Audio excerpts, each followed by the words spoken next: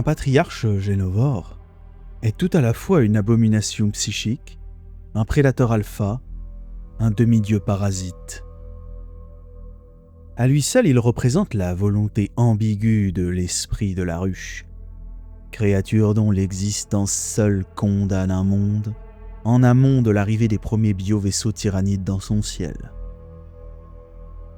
Chaque patriarche se traduit par le néant d'une secte génovore. Par son baiser génétique, il diffuse une stérile corruption, transmise de génération en génération, viciant progressivement le patrimoine biologique de son cheptel et créant des adorateurs fidèles parmi les citoyens impériaux. À l'issue de cette lignée maudite, il n'est plus seulement un géniteur d'hybrides.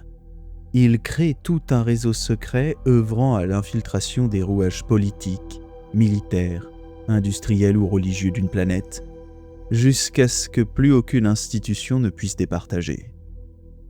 Au sein de la secte, le patriarche n'est pas seulement le créateur du groupe, il est le père, le maître et le dieu incarné. Tissé d'un puissant lien psychique, il est relié à chaque être de la secte qui est soumise à sa volonté, guidé dans ses pensées, préservé du doute, avivé dans son amour indéfectible. Des milliards d'êtres sont prêts à donner pour lui leur existence et le font tout sourire, persuadés que la mort hâtera l'avènement d'une ère salvatrice.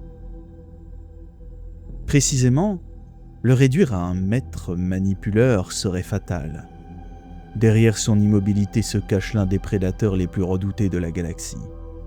Sa force est supérieure à celle d'un Space Marine. Ses réflexes imposent et défient la perception humaine. Son intelligence est aussi accomplie que ses griffes déchiquettent une armure énergétique. Quand enfin arrive le jour de l'ascension, les masques tombent. Alors que la planète est la proie de la guerre civile, le patriarche émerge de son sanctuaire souterrain. Il rôde dans l'ombre, insaisissable, s'acharnant méthodiquement à annihiler gouverneurs, généraux, commissaires, inquisiteurs et tous ceux dont la mort classique précipitera l'effondrement de la résistance. Chaque apparition est un massacre, chaque assaut est une exécution d'une particulière brutalité.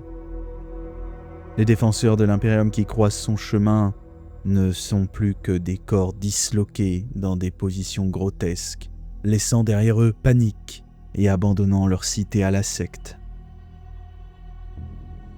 Bien avant que les spores tyrannides tombent du ciel, bien avant que les biovaisseaux de la flotte ruche ne consument l'horizon, déjà un monde condamné par un patriarche est un monde perdu.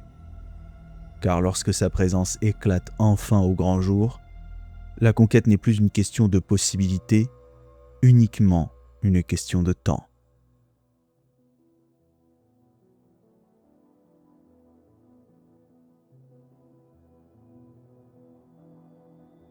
Tel un souverain d'un royaume souterrain ancien dont nul ne se souvient, le Génovore trône en un lieu troublé. Un repère obscur, perdu dans les fondations d'un monde qui l'anéantit d'ores et déjà.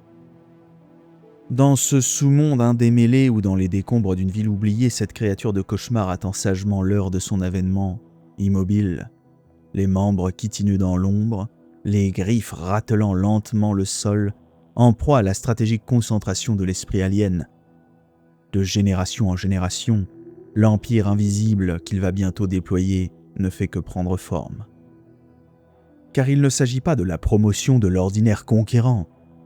Il n'est question de territoire de richesse ou de gloire. Il s'agit de faire de chaque être conscient de la planète une partie de soi, serviteur génétiquement asservi à la conscience collective de l'esprit ruche. Néanmoins, la figure que le patriarche va représenter pour chaque génération future de descendants, tout à fait nombreux, n'a pas toujours été celle d'un dieu vénéré.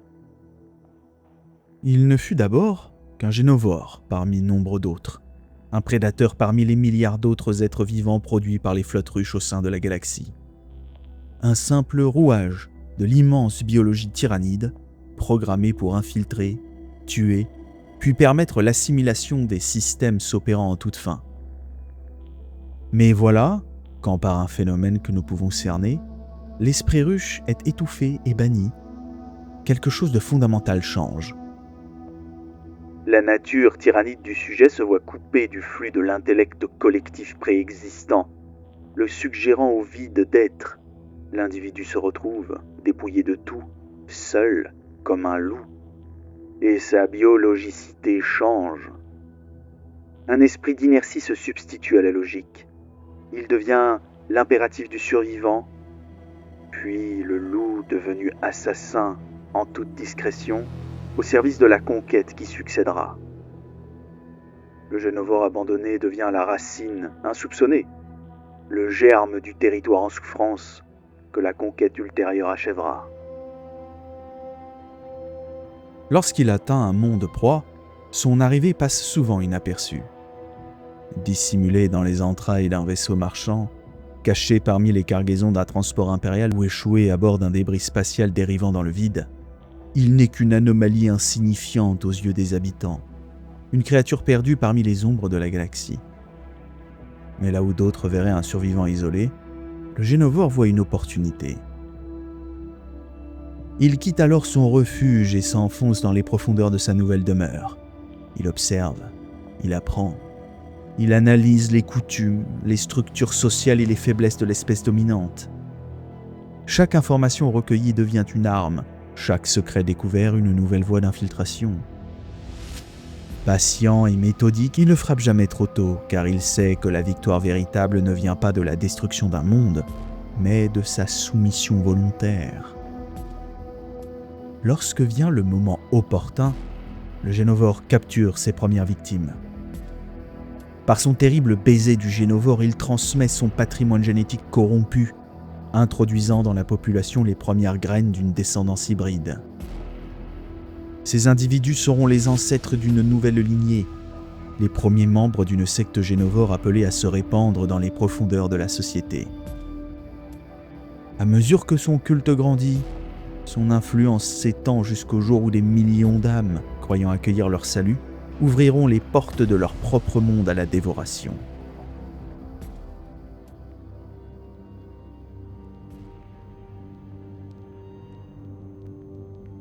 À mesure que l'étrange alchimie du cycle biologique tyrannide accomplit son œuvre, le premier génovore à avoir contaminé un hôte sur un nouveau monde commence sa lente ascension. Ce qui n'était autrefois qu'un simple prédateur infiltré se transforme progressivement en une entité d'une puissance terrifiante, façonnée par un impératif génétique plus ancien que toute civilisation humaine. Survivre, croître et préparer l'avènement de la flotte ruche. À l'image d'un primate dominant affirmant sa suprématie sur son territoire, le corps du futur patriarche subit une mutation spectaculaire. Sa silhouette s'élargit, sa carapace chitineuse s'épaissit, et ses membres gagnent en force jusqu'à dépasser largement ceux des génovores ordinaires. Ses griffes, autrefois conçues pour la chasse silencieuse et l'infiltration, s'allongent et se transforment en véritables armes de massacre, capables de manier plusieurs sabres d'os, là où ses semblables ne possèdent que des impadices meurtriers. Mais la transformation la plus significative ne se produit pas dans sa chair. Elle s'opère dans son esprit. À mesure que son influence s'étend et que sa progéniture prolifère, la conscience du génovore s'éveille. Son cerveau alien se développe, accumulant une puissance psychique toujours plus grande, jusqu'à ce que les excroissances de son crâne semblent prêtes à céder sous la pression d'une intelligence qui dépasse toute compréhension humaine. Son instinct primaire de survie et de reproduction évolue en quelque chose de bien plus complexe, une volonté de domination totale. Son pouvoir psychique devient une arme aussi redoutable que ses griffes. Par un simple contact mental, un regard ou une impulsion invisible, il peut imposer sa volonté aux esprits faibles, plier les consciences et transformer ses victimes en serviteurs fanatiques. Ce qui n'était au départ qu'un moyen d'assurer la survie de son espèce devient un véritable instrument de contrôle, lui permettant de bâtir une civilisation clandestine entièrement soumise à son autorité. Regarder un patriarche génovore dans les yeux revient à contempler un fragment du néant. Derrière son regard froid et alien ne se trouve pas seulement l'intelligence d'un prédateur, mais l'écho lointain d'une conscience infiniment plus vaste, l'esprit ruche.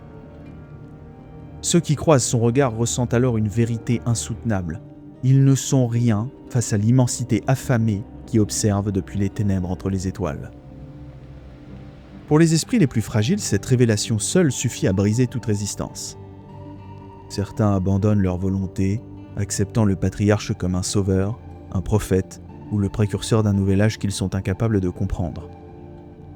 D'autres, en revanche, sombrent dans la folie, incapables de distinguer leurs propres pensées de l'influence étrangère qui envahit leur esprit.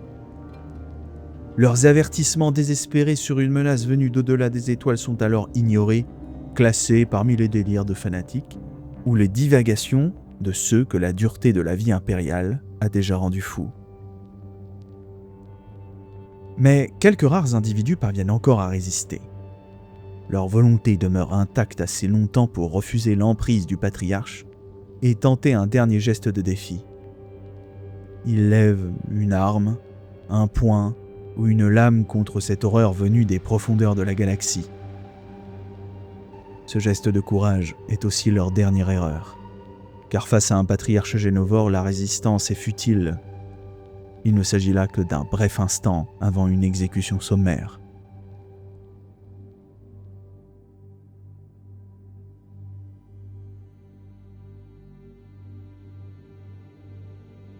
Dans l'immense complexité biologique des flotruches tyrannides, chaque créature possède une fonction précise. Chaque organisme, du plus insignifiant termagante au colossal biotitan, n'est qu'un fragment d'une intelligence infiniment plus vaste, une extension de l'esprit ruche, dont la seule finalité est l'assimilation et la survie.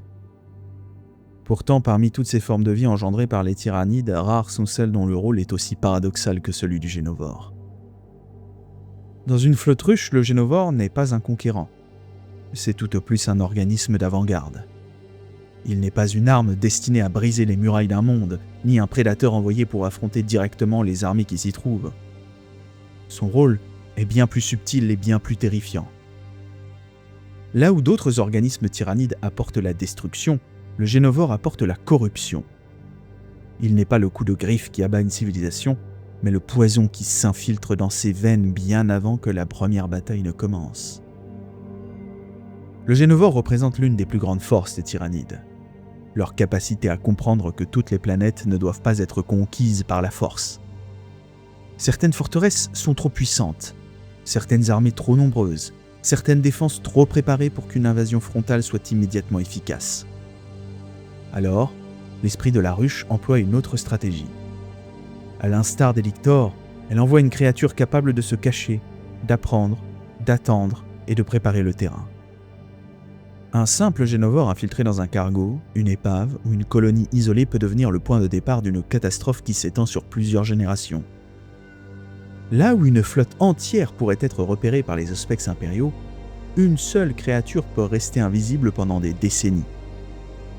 Elle transforme progressivement une population entière en arme biologique, retournant les fils contre leur propre maître et faisant de la société elle-même l'instrument de sa destruction. Mais si le génovore est déjà une créature exceptionnelle au sein de la biologie tyrannide, son évolution vers le statut de patriarche représente quelque chose de bien plus rare encore. Il est à la fois un individu et une extension de l'esprit de la ruche. Il agit seul, développe ses propres stratégies et manifeste une forme d'intelligence indépendante. Mais chacune de ses décisions demeure guidée par un impératif génétique profondément ancré en lui. Son existence prouve que les tyrannides ne sont pas limités à une simple masse instinctive avançant aveuglément vers sa proie. Leur évolution leur permet également de créer des prédateurs capables d'une patience, d'une ruse et d'une compréhension de l'adversaire qui rivalise avec les plus grands stratèges de la galaxie.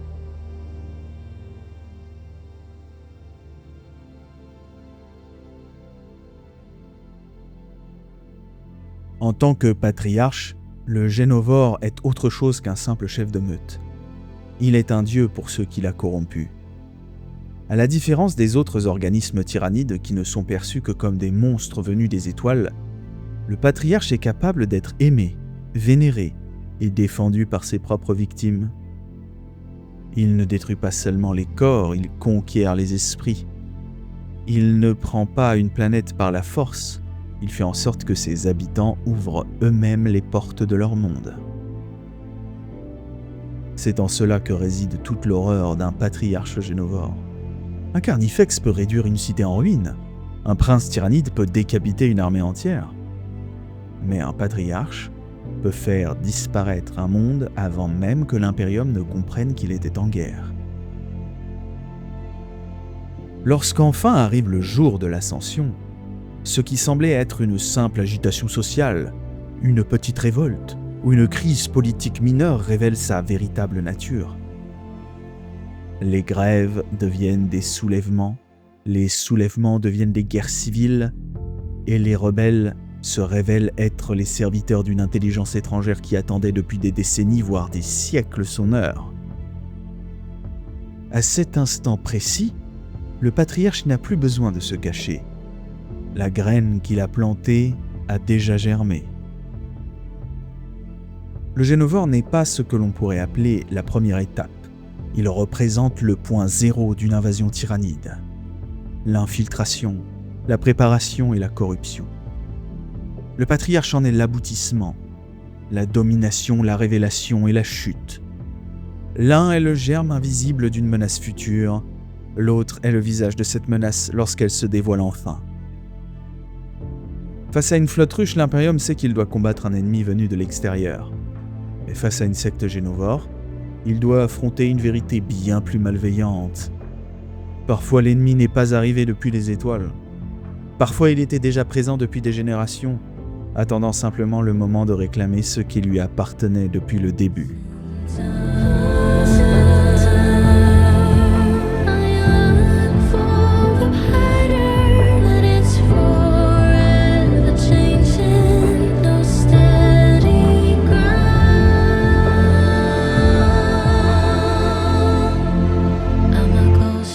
Drifting through the endless silence.